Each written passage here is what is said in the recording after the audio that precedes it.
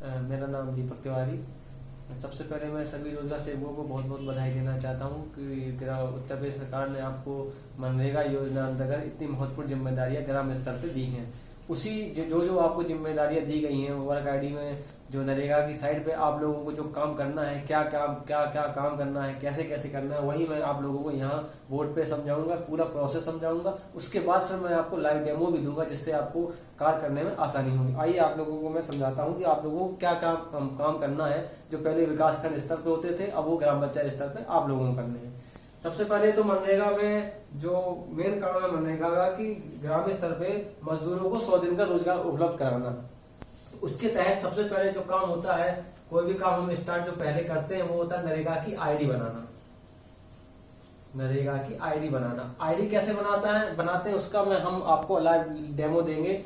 ये आगे का जो प्रोसेस है, हर आईडी अलग अलग बनती है, किस किस बंदी निर्माण की, तालाब की, गोड शेल्टर की, कैटल सेट की, कैसी कैसी आइडिया जो बनती है वो आपका प्रोसेस हम लाइव डेमो अलग से बताएंगे। यहाँ हम केवल आपको पूरा प्रोसेस बताएंगे कि पूरा जो प्रोसेस है आपका वो क्या है। सबसे पहले आप लोगों को आईडी जनरेट करनी है।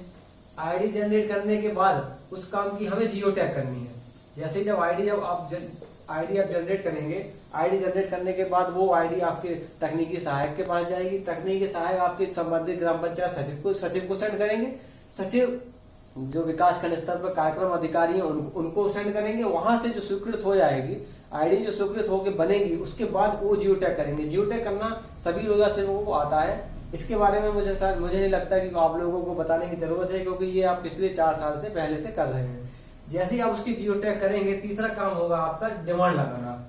जो जिन मजदूरों को आप काम देना चाहते हैं उनकी डिमांड लगाना। डिमांड लगाना भी हम आपको लाइव बताएंगे कि लाइव आपको कैसे कैसे डिमांड लगानी है और किस किस लेबर की कैसे लगाई जाती है।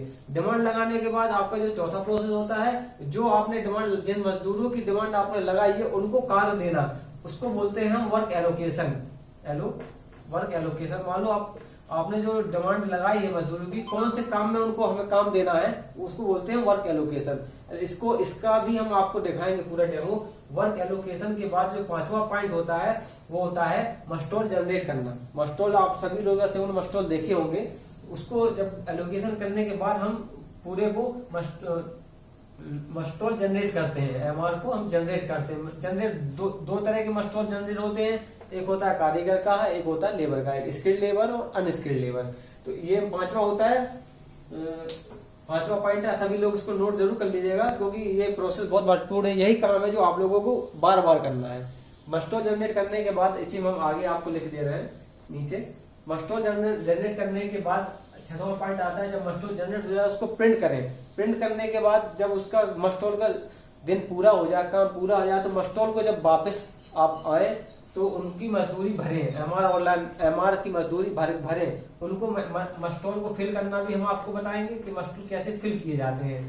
पहले मस्टोल होते थे डायरेक्ट साइट से फीड होते थे, अब एमएमएस से फीड होते हैं। एमएमएस मतलब मोबाइल मॉनिटरिंग सिस्टम, मतलब आप लोग मोबाइल द्वारा ऑनलाइन हाजिरी भरते हैं। ये सभी रोजगार सेवक अभी हाल में भर भी रहे हैं।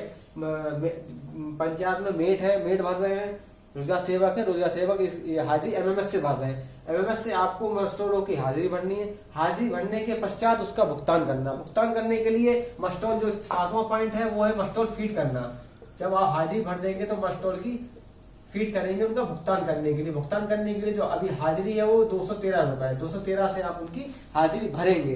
213 हाजिरी भरने के बाद, जब मस्टोल की हम हाजिरी भरने के बाद उनकी वेज लिस्ट जनरेट करेंगे। WG वेज लिस्ट उनकी जनरेट करेंगे और वेज लिस्ट जनरेट करने के बाद उस वेज लिस्ट को विकास खंड स्तर पे आगे भुगतान बनाने के लिए, FT बनाने के लिए सेंड कर देंगे। ये जो कि आपका ये प्रोसेस, पूरा प्रोसेस है, ये पूरा प्रोसेस आपको प्रतिदिन करना है।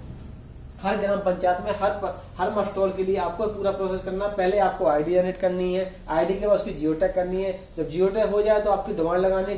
लगाने के बाद एलोकेशन करनी है। एलोकेशन करने के बाद आपको मस्टोल जनरेट करना है। मस्टोल जनरेट करने के बाद उसकी ऑनलाइन उसकी हाजिरी भरनी है। हाजिरी भरने के बाद उसकी भुगतान के लिए 213 से हिसाब से उसकी हाजिरी भरनी है। हाजिरी भरने के बाद फिर उसकी वेज लिस्ट जनरेट करनी है और वेज लिस्ट जनरेट करने के बाद उसको विकास खंड स्तर पे भुगतान के लिए आपको सेंड करना है। ये आपका जो प्रोसेस है ये आपको करना है। ये बहुत ही महत्वपूर्ण है। ये सभी प्रोसेस मैं आपको लाइव करके भी दिखाऊंगा, जिससे आपको इसके आगे जो कार्य करने में आसानी होगी।